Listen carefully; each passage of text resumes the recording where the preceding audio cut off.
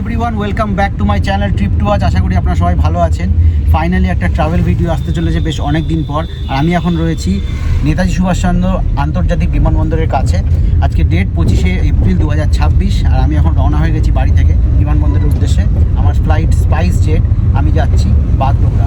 কিছুক্ষণের মধ্যে এয়ারপোর্টে পৌঁছাবো, তারপরে সেখানে চেকিং করবো, বোর্ডিং পাস নেবো, আর তারপর সিকিউরিটি চেকের পরে আমি পৌঁছে যাবো আমার ফ্লাইটে। কলকাতা থেকে বাগডোগরা সম্পূর্ণ জার্নির সমস্ত এক্সপিরিয়েন্স আমি এই ভিডিও শেয়ার করবো আপনাদের সাথে। তো ভিডিওতে সঙ্গে থাকবেন।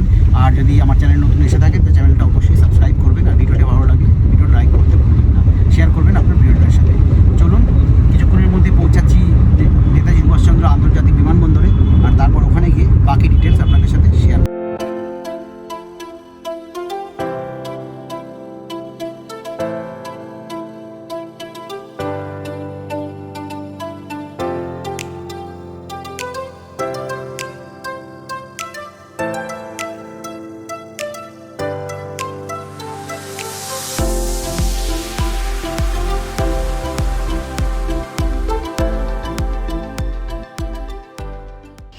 চেক ইনের কিন্তু লম্বা লাইন আছে, যদি আমার ওয়েব চেক ইন হয়ে গেছে।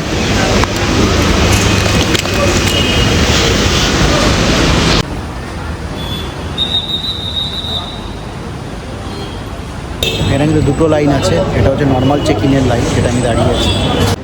আর এটা হচ্ছে ডিজি যাত্রীর লাইন, ডিজি যাত্রীর রেজিস্টার্ড মেম্বারদের লাইন। কলকাতা থেকে বাগডোগরা পৌঁছানোর ফ্লাইটের টিকিট আমি কেটেছিলাম হ্যাপি ফেয়ার্সের অনলাইন সাইট থেকে।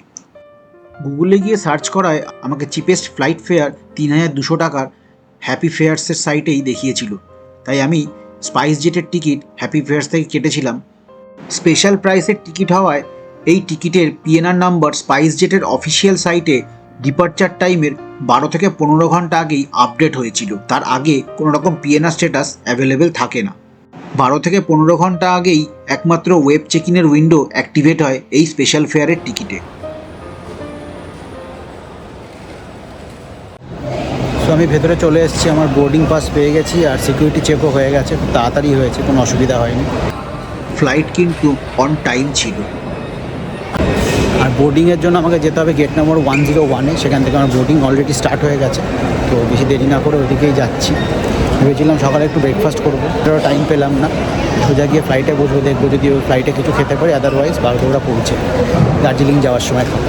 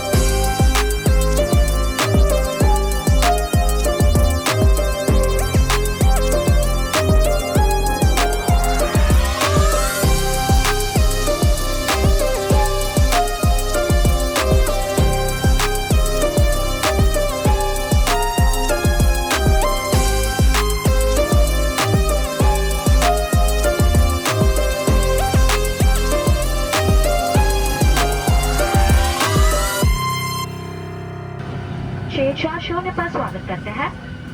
कोलकाता से बागडोगरा तक की दूरी 50 मिनट में पूरी की जाएगी। इस फ्लाइट पर आज हमारे साथ हैं कैप्टन माइकल और फर्स्ट ऑफिसर।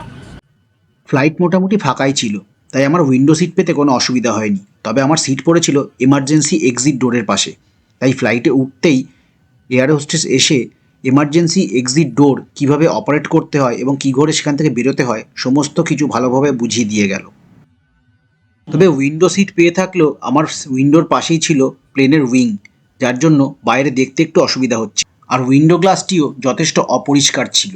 কিন্তু এমার্জেন্সি এক্সিট ডোরের পাশে সিট হওয়ায় আমার সিটের সামনে যথেষ্ট লেগ স্পেস ছিল। আমি আরাম করে পা ছড়িয়ে বসতে পেরেছিলাম আমার সম্পূর্ণ জার্নিতে।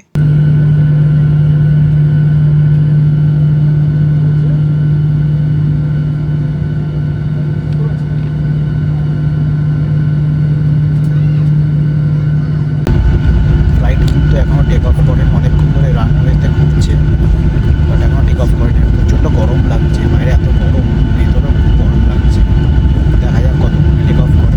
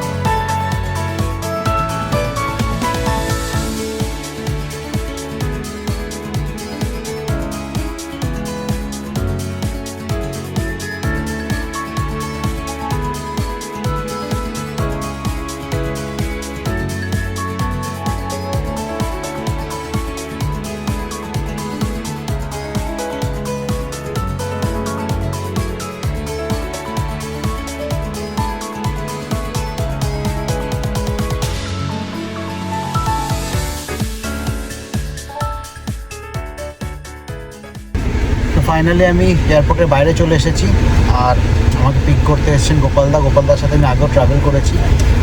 বেশ ভালো গাড়ি, কমফোর্টেবল জার্নি হয় আর রিজনেবল রেটে। আমি গোপালদার নাম্বার স্ক্রিনে ডিসপ্লে হচ্ছে, আপনারা দেখতে পাচ্ছেন। এছাড়াও ডেসক্রিপশন বক্সে দিয়ে দেবো।